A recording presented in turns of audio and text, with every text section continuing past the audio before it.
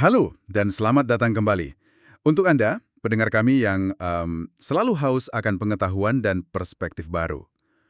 Hari ini kita bakal melakukan sebuah bedah tuntas yang jujur saja bikin penasaran banget. Sangat bikin penasaran. Iya kan? Jadi kita memegang sebuah transkrip dari diskusi panel di YouTube dari saluran bernama The Mahdi Has Appeared. Dan fokus utamanya itu adalah sebuah argumen teologis dan sejarah yang sangat spesifik tentang persimpangan antara tiga agama raksasa, Islam, Kristen, dan Judaisme. Secara khusus, materi ini membahas tentang gagasan bagaimana Nabi Muhammad memvalidasi Yesus atau Nabi Isa dalam tradisi Islam sebagai seorang Mesias. Dan tentu saja, konsekuensi historis yang luar biasa besar dari validasi tersebut. Tapi sebelum kita masuk lebih dalam ke isi transkrip ini, ada satu fondasi yang harus kita letakkan di awal. Topik ini menyentuh wilayah teologis yang sangat spesifik, berlapis, dan pastinya cukup sensitif bagi ketiga agama samawi tersebut. Nah, itu poin yang sangat krusial untuk Anda yang sedang mendengarkan. Misi dari obrolan kita kali ini sama sekali bukan untuk memihak. Sama sekali bukan. Kita di sini bukan untuk memvalidasi klaim agama tertentu, mencari siapa yang paling benar, atau mendukung pandangan politik manapun. Tujuan kita murni untuk membedah, menganalisis, dan melaporkan argumen serta sudut pandang yang disajikan dalam materi sumber ini seobjektif mungkin. Betul, kita bertindak sebagai pengamat. Kita mencoba memahami logika dan narasi sejarah yang dibangun oleh para pembicara di video tersebut. Terlepas dari apa yang mungkin Anda yakini secara pribadi, argumen sosiologis dan historis yang mereka bangun di sini benar-benar memaksa kita untuk melihat sejarah dari sudut pandang yang mungkin jarang dibicarakan di ruang publik. Mari kita bedah hal ini. Obrolan kita ini bermula dari sebuah pertanyaan sosiologis modern yang dilontarkan oleh narator dalam video tersebut. Pertanyaannya kayak gini, mengapa umat Kristen di Amerika saat ini, baik itu Protestan maupun Katolik, tampaknya merasa memiliki aliansi atau kedekatan emosional dan politik yang jauh lebih erat dengan umat Yahudi dibandingkan dengan umat Islam? Itu pertanyaan yang bagus. Menarik kan? Karena menurut argumen dasar dalam video ini, secara teologis justru umat Islamlah yang sangat memuliakan dan mengakui Yesus sebagai Mesias. Sementara secara historis, literatur Yahudi kuno justru menolak klaim kemesiasan Yesus tersebut. Ini adalah sebuah paradoks raksasa yang jadi fondasi seluruh diskusi mereka. Paradoks yang sangat tajam. Dan untuk memahami dari mana akar paradoks ini berasal, sumber kita menarik narasi mundur jauh ke belakang, melintasi ribuan tahun menuju abad ke-7 di Semenanjung Arab. Momen yang sangat mengubah dunia. Tentu, saat Nabi Muhammad mulai membawa pesannya di Mekah dan sekitarnya, beliau tidak berdiri di ruang hampa yang kosong. Beliau langsung berhadapan dengan peta sosial yang sangat kompleks, tegang, dan secara garis besar terbagi ke dalam 3 kelompok utama. Masing-masing punya kepentingannya sendiri. Oke, mari kita petakan kelompok-kelompok tersebut agar Anda bisa membayangkan situasinya. Kelompok pertama yang paling dominan di Mekah saat itu adalah para penyembah berhala atau kaum pagan Arab. Menurut transkrip, reaksi mereka terhadap pesan monoteisme ini sangat jelas dan instan. Penolakan total. Penolakan total. Mereka menganggap pesan itu sebagai ancaman, bahkan menuduh pembawanya gila. Menariknya, motif mereka bukan sekedar urusan spiritual atau teologi di awang-awang. Ini adalah murni urusan perut dan ekonomi. Ekonomi adalah mesin utama Mekah saat itu. Anda harus ingat, Ka'bah dipenuhi dengan puluhan, bahkan ratusan berhala yang mewakili setiap suku di seluruh Jazirah Arab. Itu adalah pusat ziarah regional yang mengundang ribuan orang setiap tahunnya. Dan tentu saja mendatangkan banyak uang. Pasti. Itu adalah pusat perputaran uang dan perdagangan. Jadi gagasan bahwa ada satu orang datang dengan pesan monoteisme, murni, menyembah satu Tuhan yang tidak berwujud, dan mencoba menghancurkan tradisi penyembahan berhala, itu dilihat sebagai upaya memonopoli perdagangan agama. Masuk akal. Bagi para elit pagan, ini adalah ancaman langsung terhadap tatanan masyarakat, kekuasaan, dan pundi-pundi kekayaan mereka. Penolakan mereka sangat pragmatis. Kemudian, kita bergeser ke kelompok kedua di wilayah tersebut, yaitu umat Kristen. Reaksi mereka sedikit lebih bernuansa. Secara institusional atau gerejawi, mayoritas menolak ajaran baru ini karena tidak sejalan dengan doktrin mereka yang sudah mapan. Betul. Namun, Sumber ini mencatat adanya pengecualian individu yang sangat menarik dan krusial dalam sejarah awal Islam. Misalnya sosok Warakah. Ah, ya, Warokah. Dia adalah kerabat dari istri Nabi, Khadijah. Warokah ini dikenal sebagai orang yang sangat terpelajar, menguasai literatur Kristen dan Yahudi kuno. Ketika mendengar pengalaman pertama Muhammad, Warokah justru mengenali tanda-tanda kenabian yang sesuai dengan teks-teks kuno yang dia pelajari. Dan ada juga tokoh seperti Salman Al-Farisi, kisahnya sangat epik.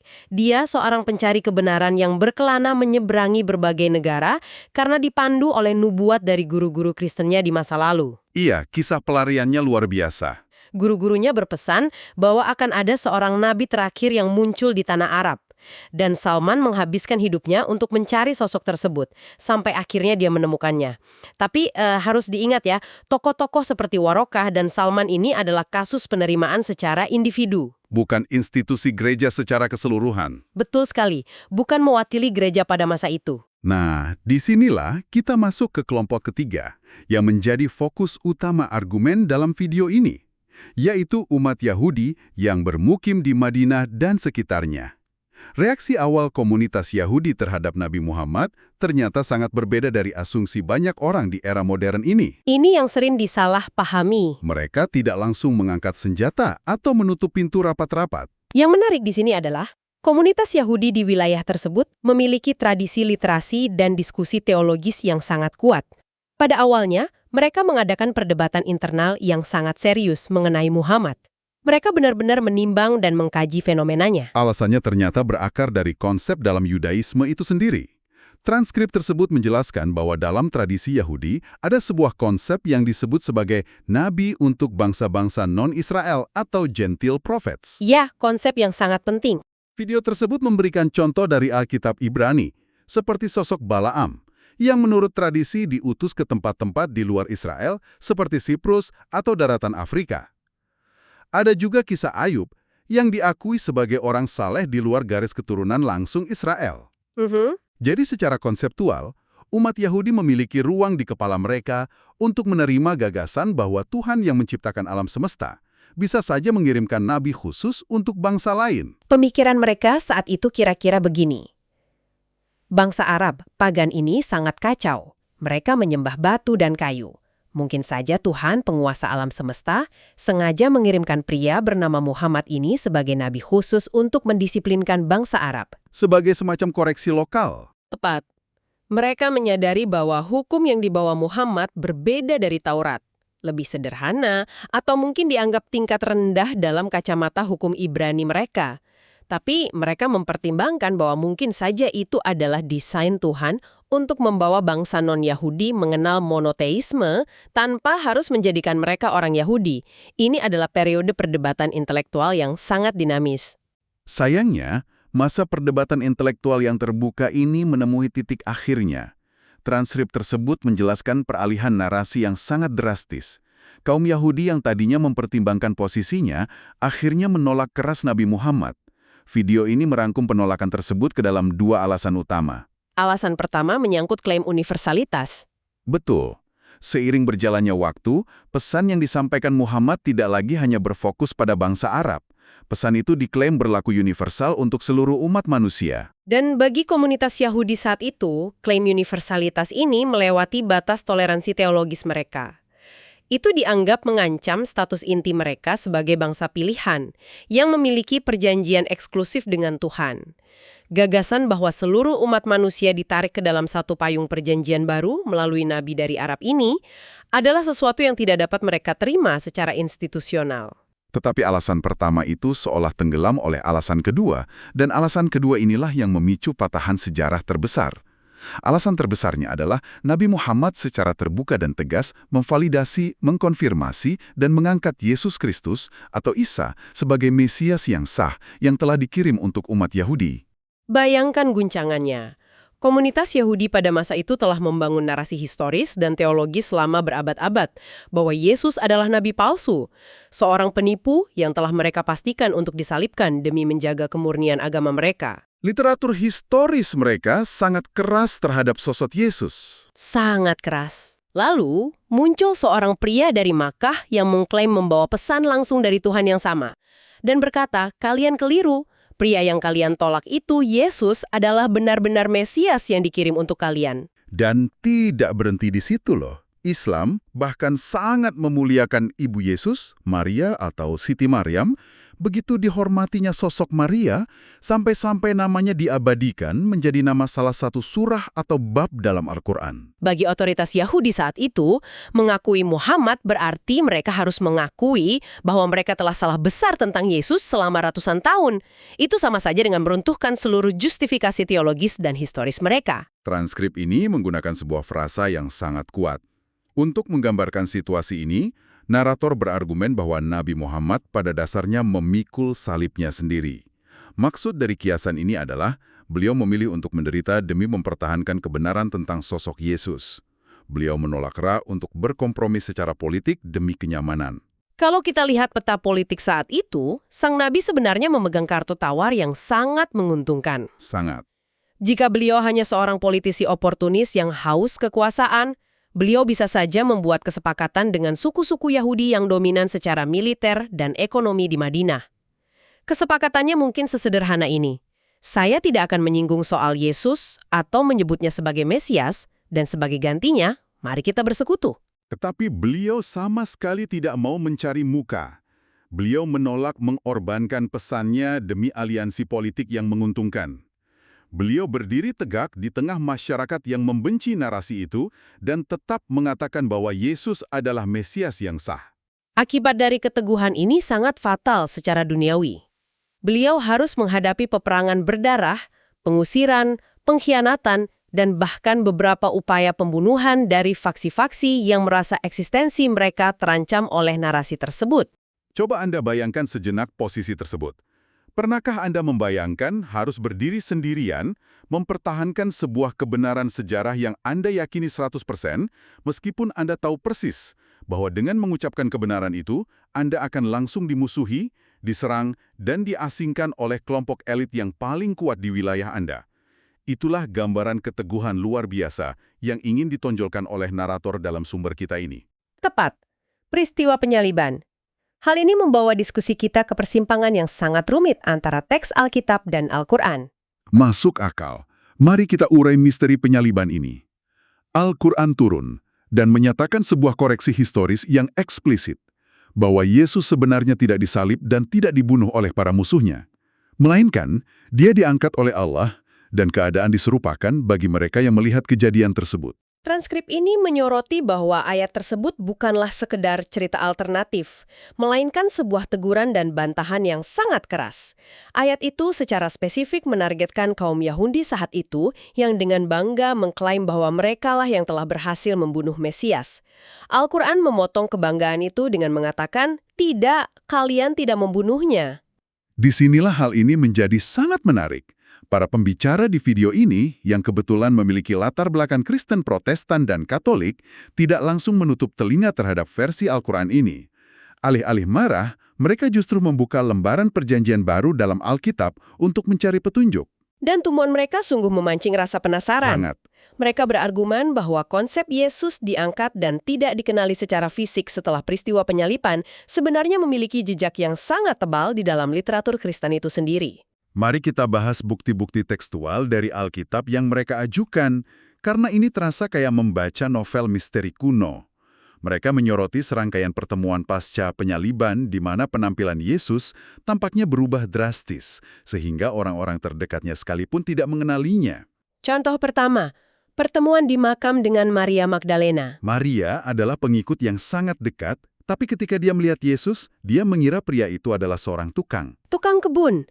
Dia benar-benar tidak mengenalinya sampai Yesus memanggil namanya. Dan ada satu detail aneh. Yesus berkata kepadanya, "Jangan sentuh aku karena aku belum naik ke Bapakku." Lalu, contoh kedua. Kisah perjalanan ke desa bernama Emmaus. Dua murid berjalan beriringan sejauh bermil-mil, berbicara dan berdiskusi panjang lebar dengan Yesus. Tapi mereka mengira pria yang berjalan bersama mereka hanyalah seorang musafir asing. Mereka sama sekali tidak menyadari bahwa itu adalah guru mereka sendiri sampai saat-saat terakhir. Belum lagi kejadian ketika para murid sedang berada di atas perahu untuk menangkap ikan. Yang di pantai itu. Betul, mereka melihat sesosok pria di tepi pantai yang memberitahu mereka di mana harus menebar jala. Mereka mengira itu hanya nelayan asing yang kebetulan lewat. Baru belakangan mereka menyadari identitasnya. Dan yang paling dramatis adalah ketakutan luar biasa di antara murid ketika sosok itu muncul di tengah ruangan tertutup. Mereka mengira sedang melihat hantu. Sampai-sampai Yesus harus meminta sepotong ikan dan memakannya di depan mata mereka untuk membuktikan bahwa dia memiliki fisik yang nyata, bukan roh. Semua teka-teki misterius ini dirangkum oleh narator ke dalam sebuah argumen teologis tentang dua perpisahan dalam literatur Kristen. Perpisahan pertama adalah momen kematian fisik yang tragis di kayu salib. Momen yang disaksikan banyak orang. Iya, tapi ada perpisahan kedua yang secara spesifik digambarkan dalam kitab Kisah Para Rasul bab 1 dan di akhir Injil Lukas. Di sana digambarkan bahwa Yesus secara harfiah terangkat ke awan, naik ke langit bersama tubuh dan jiwanya, lalu menghilang dari pandangan para muridnya. Kejadian ini dikenal sebagai ascension atau pengangkatan. Pembicara dalam video ini menarik sebuah kesimpulan yang menurut saya sangat berani. Mereka menyimpulkan bahwa ketika Al-Quran menyatakan Yesus tidak disalib melainkan diangkat, teks tersebut seolah sedang memotong narasi perpisahan pertama di kayu salib yang penuh kebingungan itu dan langsung memvalidasi versi perpisahan kedua, yaitu ascension. Bagi orang-orang yang mengkaji teks-teks kuno ini, ayat Al-Quran tersebut tidak dilihat sebagai serangan, melainkan sebagai sebuah klarifikasi ilahi atas misteri identitas fisik yang sudah membingungkan para murid Yesus sejak hari pertama makam itu ditemukan kosong. Pendekatan komparatif yang sangat brilian, memakai teks yang diyakini oleh satu kelompok untuk menjembatani ruang pemahaman dengan teks dari kelompok lain. Namun, terlepas dari semua jembatan teologis yang indah ini, kita kembali dihadapkan pada paradoks sosiologis yang kita sebutkan di menit-menit awal tadi. Jika Islam dan Kristen memiliki begitu banyak benang merah tekstual tentang Yesus, mengaguminya dan membelanya, mengapa lanskap sosial dan politik di dunia modern terlihat berlawanan? ini memunculkan pertanyaan penting. Mengapa saat ini jutaan umat Kristen Protestan dan Katolik di Amerika dan dunia Barat merasa memiliki ikatan aliansi yang jauh lebih natural dengan tradisi yang secara historis, secara aktif menolak dan mendiskreditkan tokoh sentral mereka? Para panelis dalam video ini, di mana salah satunya memiliki latar belakang Southern Baptist dari Texas, dan yang lainnya tumbuh dalam tradisi Katolik, membedah fenomena ini dari dua sudut pandang sosiologis. Yang pertama adalah politik gereja. Ya, pertama, mereka berpendapat bahwa ini adalah hasil dari politik dan hierarki gereja modern. Ada semacam keengganan institusional untuk membiarkan jemaat melihat terlalu dekat pada kesamaan antara Islam dan penghormatannya terhadap Yesus. Kenapa? Karena ada ketakutan bahwa menyoroti kesamaan ini dapat mengaburkan garis batas identitas agama dan berpotensi mengurangi pengaruh institusi atas jemaatnya. Sudut pandang kedua berfokus pada apa yang mereka sebut sebagai literasi sejarah yang rendah di kalangan jemaat akar rumput. Narator berpendapat bahwa mayoritas umat Kristen modern memandang Yudaisme secara linier, sekedar sebagai bab pertama atau prekuel dari agama Kristen. Mereka melihatnya sebagai satu jalur lurus yang bersambung. Persis. Mereka sama sekali tidak menyadari atau tidak diajarkan tentang betapa kerasnya penolakan historis terhadap Yesus dalam sebagian literatur Rabi Yahudi kuno. Mereka mengabaikan fakta bahwa jalan kedua agama ini berpisah secara sangat tajam dan konfliktual justru karena sosok Yesus. Nah, dari urusan sosiologi gereja modern, diskusi dalam video ini kemudian mengambil lompatan besar ke wilayah eskatologi, atau ilmu tentang nubuat akhir zaman. Dan bagian ini sungguh mendebarkan layaknya naskah film thriller epik. Bener-bener seru. Mereka membahas tentang entitas penipu terbesar di akhir zaman yang dalam tradisi Kristen disebut sebagai Antikristus dan dalam tradisi Islam dikenal sebagai Dajjal. Eskatologi selalu menjadi arena di mana tradisi-tradisi ini bertabrakan namun juga beresonansi dengan cara yang luar biasa. Narator menyoroti bahwa baik Kristen maupun Islam sepakat sepenuhnya bahwa menjelang akhir zaman, sosok penipu besar ini akan muncul. Dan tahukah Anda di mana dia akan memposisikan panggung utamanya? Di sebuah kuil yang dibangun kembali. Dan tebak apa yang akan dia klaim saat duduk di kuil tersebut? Dia akan mengklaim dirinya sebagai Sang Mesias yang dijanjikan. Menurut logika argumen dalam transkrip ini, kelompok yang paling rentan dan paling logis untuk tertipu oleh Antikristus ini adalah mereka yang secara historis menolak kehadiran Yesus 2000 tahun yang lalu. Karena mereka masih menunggu. Tepat. Karena kelompok tersebut secara teologis masih berada di ruang tunggu, menantikan kedatangan Mesias yang pertama kali. Jadi, ketika sosok berkarisma dan berkekuatan besar ini muncul di kuil dan berkata, "Akulah Mesias kalian," mereka akan menyambutnya. Di sisi lain dari koin eskatologi ini, umat Kristen dan umat Islam diyakini akan selamat dari penipuan massal tersebut. Alasannya sangat sederhana, namun fundamental. Kedua kelompok ini sudah mengenali siapa Mesias yang sejati. Mereka tahu pasti bahwa Yesus yang asli tidak akan merangkak keluar dari bumi atau duduk di singgasana kuil buatan tangan manusia. Nubuat mereka mengatakan bahwa Sang Mesias akan turun dari langit, dari awan-awan. Pengenalan teologis mereka terhadap sosok Yesuslah yang berfungsi sebagai perisai anti peluru dari tipu daya antikristus. Luar biasa. Dan untuk memperkuat gagasan tentang keselamatan lintas kelompok ini, video tersebut juga membawa sebuah analogi dari Alkitab yang sangat terkenal. Perumpamaan pekerja kebun anggur. Perumpamaan yang indah. Ceritanya begini, ada seorang pemilik kebun anggur yang menyewa pekerja sejak pagi buta. Lalu di siang bolong, dia menyewa pekerja tambahan. Bahkan, 1 jam sebelum matahari terbenam dan pekerjaan selesai, dia memanggil beberapa orang lagi untuk ikut bekerja. Kejutan terjadi saat pembayaran.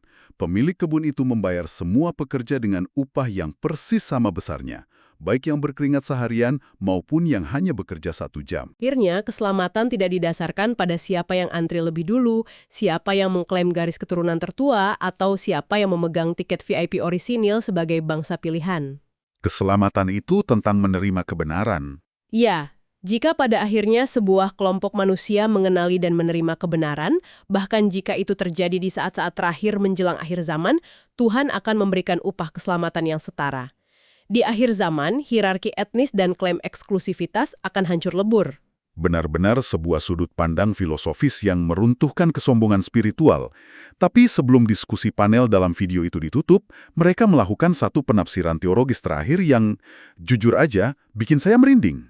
Penafsiran surah Al-Fatihah? Ya, mereka membahas surah Al-Fatihah, doa pembuka dalam Al-Quran yang diulang-ulang oleh miliaran umat Islam setiap hari. Dalam doa tersebut, ada permohonan yang berbunyi, "Tunjukilah kami jalan yang lurus, bukan jalan mereka yang dimurkai, dan bukan pula jalan mereka yang sesat." Analisis mereka terhadap dua kelompok ini, yang dimurkai dan yang sesat, benar-benar menghentak dan syarat akan nuansa psikologis. Mereka membedah kedua kelompok ini bukan sekedar sebagai label hitam putih, melainkan melalui kacamata motif emosional, kebencian versus cinta. Coba jelaskan lebih detail bagaimana mereka menafsirkan kelompok yang dimurkai atau the earned wrath ini. Mereka berargumen bahwa kelompok yang dimurkai mengacu pada pihak-pihak yang secara sadar menolak kebenaran. Dalam konteks sejarah abad ke-7 yang kita bahas tadi, ini merujuk pada kaum Yahudi yang menolak Yesus dan kemudian menolak Nabi Muhammad. Penolakan yang disengaja. Betul, penolakan ini tidak didasari oleh ketidaktahuan, melainkan didasari oleh rasa permusuhan yang disengaja, kecemburuan status atas hilangnya eksklusivitas, dan kebencian murni. Murka Tuhan itu diperoleh atau earned karena itu adalah respons atas tindakan sadar dan penuh kedengkian terhadap nabi-nabi yang diutus. Kalau begitu, bagaimana narator memposisikan kelompok yang sesat atau the astray? Kelompok yang sesat, menurut analisis video tersebut, merepresentasikan umat Kristen. Namun perhatikan baik-baik motif kesesatannya. Kesesatan mereka yang dalam kacamata Islam adalah mengangkat Yesus dari seorang nabi menjadi setara dengan Tuhan, dilihat tidak berasal dari kebencian. Bukan dari niat buruk. Sama sekali bukan. Sebaliknya, kesesatan teologis ini lahir dari perasaan cinta dan kekaguman yang terlalu ekstrim. Mereka begitu mencintai Yesus, sangat terpukau oleh mujizat dan pengorbanannya, hingga mereka secara teologis kebablasan menempatkannya di posisi ilahi. Jadi ini dipandang sebagai bentuk ketidaktahuan. Ketidaktahuan atau misinterpretasi akibat luapan emosi manusiawi. Kesalahan ini tidak digerakkan oleh kebencian jahat yang memicu murka, melainkan semacam cinta yang salah arah. Ada tingkat welas asih dan toleransi yang jauh lebih besar dalam menilai kesalahan berbasis cinta ini. Jadi, apa makna dari semua ini? Kita telah mengembara melintasi padang pasir Mekah yang dipenuhi konspirasi pedagang berhala, masuk ke dalam ketegangan ruang perdebatan sinagoga kuno, menyelidiki makam kosong dan perjumpaan misterius di Emmaus, hingga mengintip nubuat akhir zaman tentang kuil dan antikristus. Perjalanan yang sangat panjang. Kalau kita tarik benang merahnya, eksplorasi kita terhadap sumber ini menunjukkan satu fakta tak terbantahkan. Teks-teks kuno, baik itu Al-Quran, Alkitab, maupun catatan sejarah perdebatan teologis, bukanlah sekedar artefak berdebu yang mati di museum. Teks-teks ini berdenyut hidup. Teks itu hidup dan bernapas. Narasi-narasi inilah yang, secara sadar atau tidak, terus membentuk identitas kultural, kebijakan luar negeri, dan bahkan aliansi geopolitik dunia modern yang kita jalani hari ini. Dan di pusat pusaran badai sejarah ini, berdiri sesosok figur bernama Yesus atau Isa. Sebagai titik pertemuan yang luar biasa ajaib, sekaligus titik pisah yang paling tajam bagi miliaran manusia di planet ini. Fakta bahwa literatur kuno terus menyetir realitas modern adalah sesuatu yang harus kita sadari. Narasi persahabatan dan permusuhan yang kita konsumsi di media seringkali tidak selaras dengan literatur kuno yang menjadi fondasinya. Ini menuntut kita untuk selalu berpikir lebih kritis, mempertanyakan mengapa kelompok-kelompok tertentu memilih untuk bersekutu hari ini dan siapa sebenarnya yang memegang pena untuk menyusun narasi persahabatan tersebut. Benar sekali. Sebagai penutup obrolan kita, saya ingin meninggalkan Anda dengan sebuah pertanyaan provokatif, sesuatu untuk Anda renungkan sambil minum kopi atau dalam perjalanan pulang nanti. Coba bayangkan ini. Jika besok pagi, seluruh sistem aliansi diplomatik dan peta geopolitik di dunia kita dibongkar total dan dibangun ulang murni berdasarkan keselarasan teologis dan rasa hormat terhadap tokoh-tokoh sejarah inti seperti Yesus, bukan lagi dibangun berdasarkan batas negara modern, fakta pertahanan militer atau kesepakatan ekonomi abad ke-20, seberapa drastis peta dunia kita akan berubah besok pagi? Siapa yang tiba-tiba akan menjadi sekutu terdekat Anda? Dan siapa yang akan berada jauh di seberang batas? Pertanyaan yang benar-benar membuat pikiran kita berputar, sekaligus cara yang sempurna untuk mengakhiri bedah tuntas kita kali ini. Membayangkan bahwa garis yang ditarik di peta dunia modern kita ternyata sangat rapuh jika dibandingkan dengan garis yang ditarik ribuan tahun lalu di dalam teks kuno. Terima kasih banyak untuk Anda yang sudah menyimak dan menemani obrolan panjang ini. Ingat selalu, tujuan kami di sini bukan untuk mendikte apa yang harus Anda percayai, melainkan sekedar menawarkan lensa baru agar Anda bisa melihat informasi yang berseliweran dengan cara yang lebih kaya. Teruslah pertanyakan segala sesuatu yang Anda konsumsi, rawat rasa ingin tahu itu, dan sampai jumpa di bedah tuntas kita berikutnya.